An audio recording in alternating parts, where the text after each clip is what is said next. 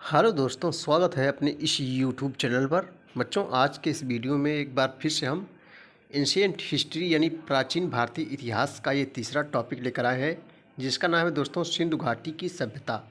बच्चों, ये लूसेंट रहेगा और सभी कम्पिटिटिव एग्जाम के लिए मोस्ट इम्पॉर्टेंट रहेगा। तो चलिए देखते हैं हम लोग सिंधु घाटी सभ्यता आज हम लोग पढ़ेंगे। आप लोग नाम से ही समझ गए होंगे सिंधु घाटी सभ्यता किसे कहते हैं।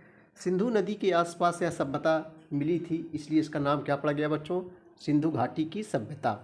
तो चलिए हम लोग पढ़ते हैं इसको। जो है देखो, रेडियो कार्बन C14 जैसी नवीन विश्लेषण पद्धति के द्वारा सिंधु सभ्यता की सर्वमान्य तिथि 2400 ईसा पूर्व से 1700 ईसा पूर्व मानी गई है। इसका विस्तार त्रिभुजाकार है। तो ये इतना फैक्ट्स आप लोग समझिए।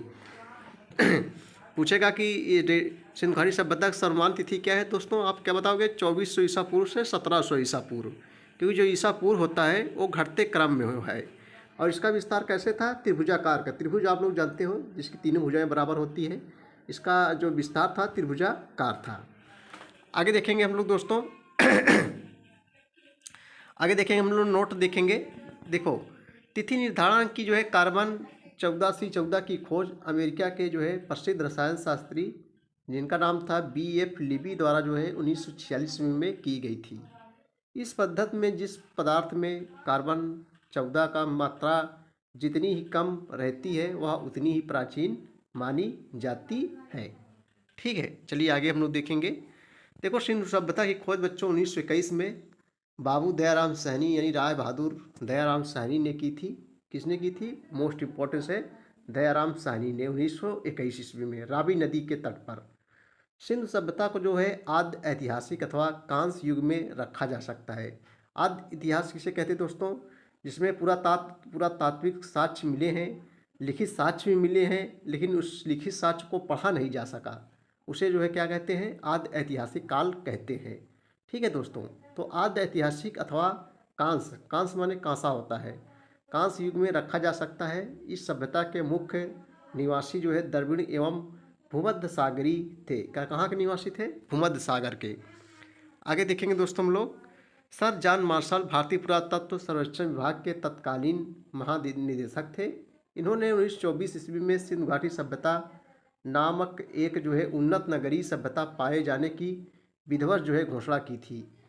सिंधु सभ्यता के सर्वाधिक पश्चिमी पुरास्थल दास्क नदी के किनारे स्थित सुतका गेंडोर, बलूचिस्तान पूर्वी पुरास्थल हिंडन नदी के किनारे आलमगीरपुर, जिला मेरठ है, उत्तर प्रदेश। उत्तरी पुरास्थल चिनाव नदी के तट पर जो है अखनूर के निकट मांदा, एक कहाँ है? ये जम्मू कश्मीर में है दोस्तों, मांडा। तथा दक्षिणी पुरास्थल दैमाबाद, दक्षिणी पुरास्थल गोदावरी नदी के तट पर जो है दैमाबाद, जिला अहमदनगर, महाराष्ट्र में स्थित है दैमाबाद। कहाँ स्थित है? ये किस दिशा में है? दक्षिण दिशा में।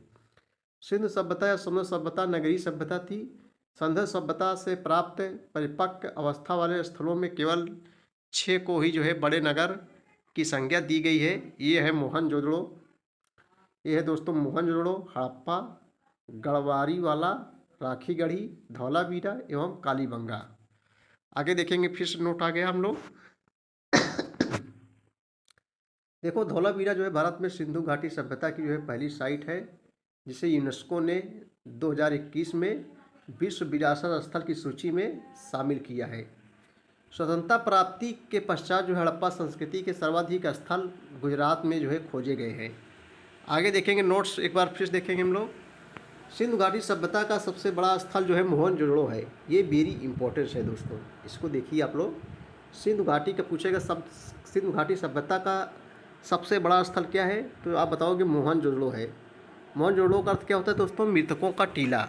जबकि भारत में इसका सबसे बड़ा स्थल जो है राखीगढ़ी, जो घग्गर नदी के तट पर है, जो हरियाणा के हिसार जिले में स्थित है। इसकी खोज 1963 में सूरज भान ने जो है की थी। किसने की थी दोस्तों? सूरज भान ने जो है की थी। मोस्ट इम्पोर्टेंट फैक्ट्स है। आगे देखेंगे, लोथल जो कहाँ है? जो गुजरात में भोगवा नदी के तट पर है। लोथल से जो दोस्तों बंदरगाह के साक्ष्य मिले थे। लोथल एवं जो है सुतका गोंडता सिंधु सभ्यता का जो है बंदरगाह था। बंदरगाह किसे कहते हैं? जहाँ जहाजें रुकती हैं। जूते हुए खेत और नक्शीदार ईंटों का प्रयोग का साक्ष्य है, कालीबंगा से प्राप्त हुआ है। कालीबंगा दोस्तों कहाँ है? ये जो है राजस्थान में स्थित है। मोहनजोदड़ो से प्राप्त स्नानागार संभवतः सिंधु सभ्यता की जो है सबसे बड़ी इमारत थी। इसके मध्य स्थित स्नान कुंड 11.88 मीटर लंबा, 7.01 मीटर चौड़ा एवं 2.43 मीटर गहरा है। आगे देखेंगे हम लोग, अग्निकुंड लोथल एवं कालीबंगा से जो है प्राप्त हुए हैं। जो अग्निकुंड जो है लोथल एवं कालीबंगा से प्राप्त हुए हैं दोस्तों। कालीबंगा कहाँ है? ये जो है राजस्थान में स्थित है और लोथल कहाँ है? गुजरात में। मोहनजोदड़ो से प्राप्त एक सील पर 3 मुख वाले देवता पशुपति नाथ की जो है मूर्ति मिली है। उनके चारों ओर हाथी, गैंडा, चीता एवं भैंसा जो है विराजमान है। आगे देखेंगे हम लोग, मोहनजोदड़ो से नर्तकी की एक कांस्य मूर्ति मिली है दोस्तों।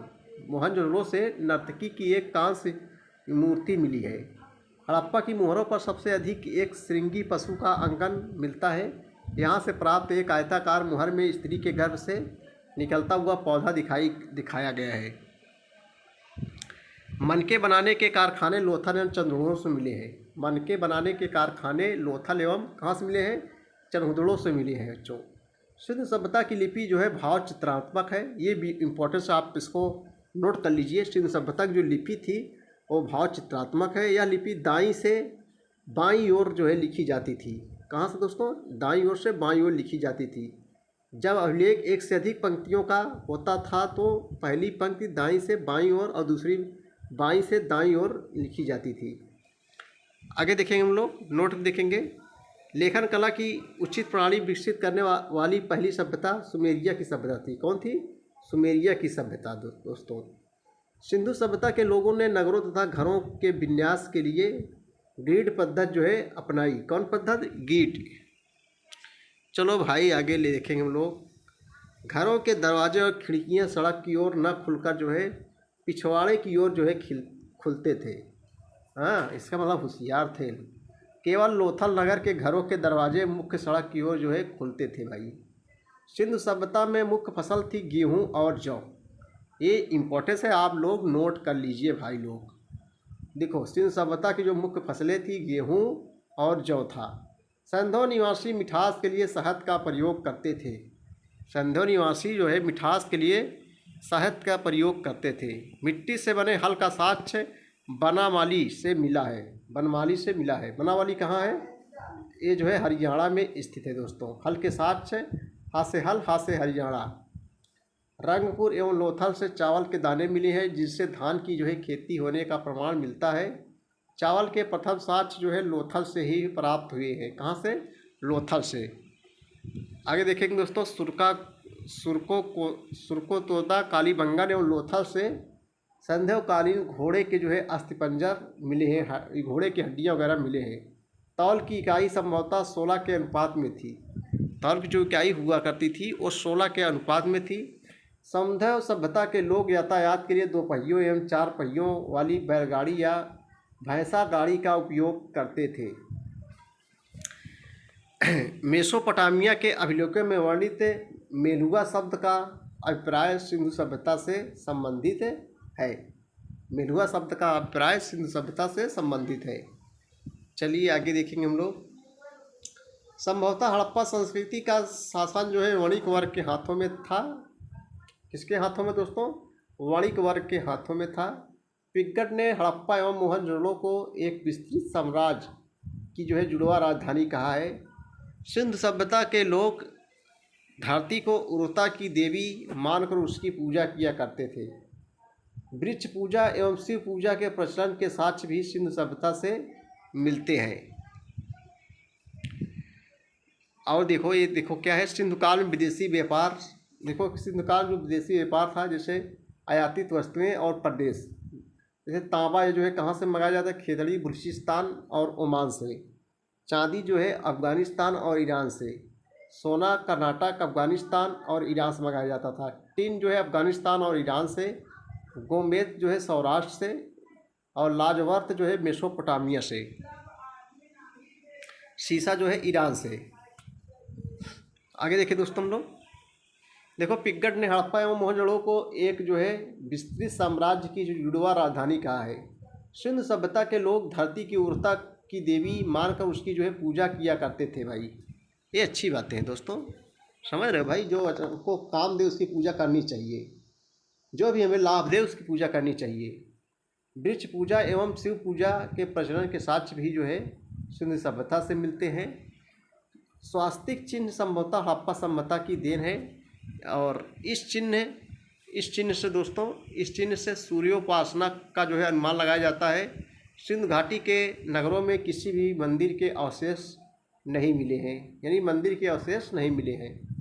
सिंधु सभ्यता में मातृ देवी की उपासना सर्वाधिक प्रचलित थी और पशुओं में कुबड़ वाला सांड इस सभ्यता के लोगों के लिए विशेष पूजनीय था, यानी कुबड़ वाला सांड जो है लोग पूजा करते थे।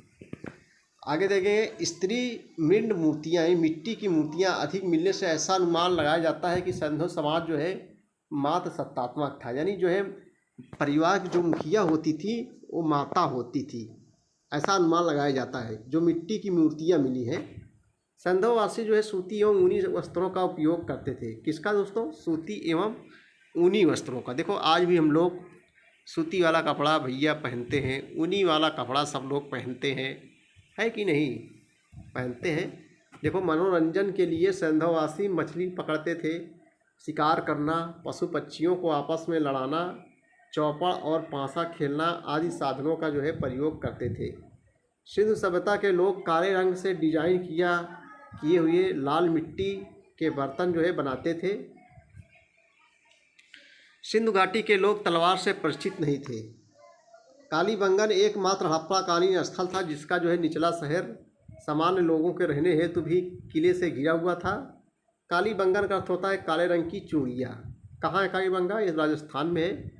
यहाँ से पूर्व हड़प्पा स्तरों के खेत जोते जाने और अग्नि पूजा की प्रथा के प्रमाण मिले हुए हैं। आप पूछेगा जुते हुए से खेत के साक्ष्य कहाँ से मिले हैं, तो आप क्या बताओगे दोस्तों? ये कालीबंगा से। कालीबंगा कहाँ है? ये राजस्थान में स्थित है।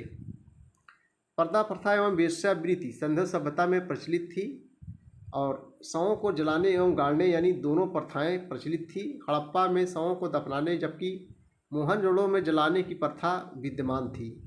लोथल एवं कालीबंगा में युग्म समाधियाँ मिली हैं। सिंधु सभ्यता के विनाश का संभवतः सबसे प्रभावी कारण बाढ़ था। इस सिंधु सभ्यता का विनाश कैसे हुआ? कुछ लोगों ने कहा बाढ़, कुछ लोगों ने कहा वायु आक्रमण। ठीक है, यानी अलग अलग मत था लोगों का। आग में पकी हुई ईंटों को टेराकोटा कहा जाता था।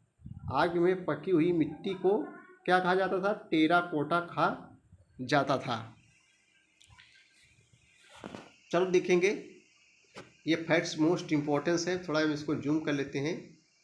देखो दोस्तों, सिंधु सभ्यता के प्रमुख स्थल, नदी उत्खननकर्ता एवं वर्तमान स्थिति। जैसे पहला है हड़प्पा, ये किस नदी के किनारे स्थित है? रावी नदी के किनारे स्थित है। और स्थिति इसकी पाकिस्तान के पंजाब प्रांत का साहिवाल जिला। और उत्खननकर्ता कौन थे? दयाराम साहनी 1921 ईस्वी में, माधव स्वरूप वत्स 1926 में और हीरर महोदय 1946 ईस्वी में। उसके बाद में दोस्तों मोहनजोदड़ो सिंधु नदी के किनारे स्थित है। स्थिति इसकी देखेंगे तो पाकिस्तान के सिंध प्रांत का लड़काना जिला। और उत्खननकर्ता राखल दास बनर्जी 1922 ईस्वी में, मैके 1927 में, व्हीलर जो है 1930 ईस्वी में। उसके बाद में है चंदुदड़ो नदी, किस नदी किनारे? सिंधु नदी किनारे। और स्थिति सिंधु प्रांत पाकिस्तान नवाब शाह जिला। और मैके 1925 में और एन.जी. मजूमदार 1931 में। ये सब उत्खननकर्ता थे। उसके बाद में है कालीबंगा किस नदी किनारे से? घग्गर नदी किनारे स्थित है। स्थिति इसकी देखेंगे राजस्थान का हनुमानगढ़ जिला। और इसके उत्खननकर्ता कौन थे? अमलानंद घोष 1951 ईस्वी में, बीवी लाल एवं बी.के. थापर 1961 में। उसके बाद में है कोट दीजी, ये जो है सिंधु नदी किनारे स्थित है। स्थिति सिंधु प्रांत का जो है खैरपुर स्थान, फजल अहमद, इसके उत्खननकर्ता 1953 में। उसके बाद में है रंगपुर नदी, पूछा जाए तो मादार। स्थिति गुजरात का काठियावाड़ जिला। उत्खननकर्ता रंगनाथ राव 1953-54। रोपड़, ये सतलज नदी के तट पर पंजाब का रोपड़ जिला। स्थिति यज्ञदत्त शर्मा 1953-56। लोथल, ये भोगो नदी के तट पर स्थित है, गुजरात का अहमदाबाद जिला। स्थिति रंगनाथ राव ने इसकी जो है उत्खनन करता है। आलमगीरपुर ये हिंडन नदी किनारे स्थित है, उत्तर प्रदेश का मेरठ जिला में है। यज्ञदत्त शर्मा 1958 में। उसके बाद 10वां है सुतका कंडोर दास नदी, दास नदी पाकिस्तान के मकरान में समुद्र तट के किनारे। और जो है उत्खननकर्ता RL स्टाइन 1927 में। बनावाली ये जो है रंगाई नदी, हरियाणा के हिसार जिला, रविंद्र सिंह बिष्ट। उसके बाद में धौलावीरा ये लूनी नदी, गुजरात के कच्छ जिला में, और JP जोशी। और उसके बाद में सोतकाह ये सादी कौर, दक्षिण बलूचिस्तान, और जॉर्ज डेस। तो ये था जो है इम्पोर्टेंस फैक्ट्स दोस्तों। आगे हम लोग देखेंगे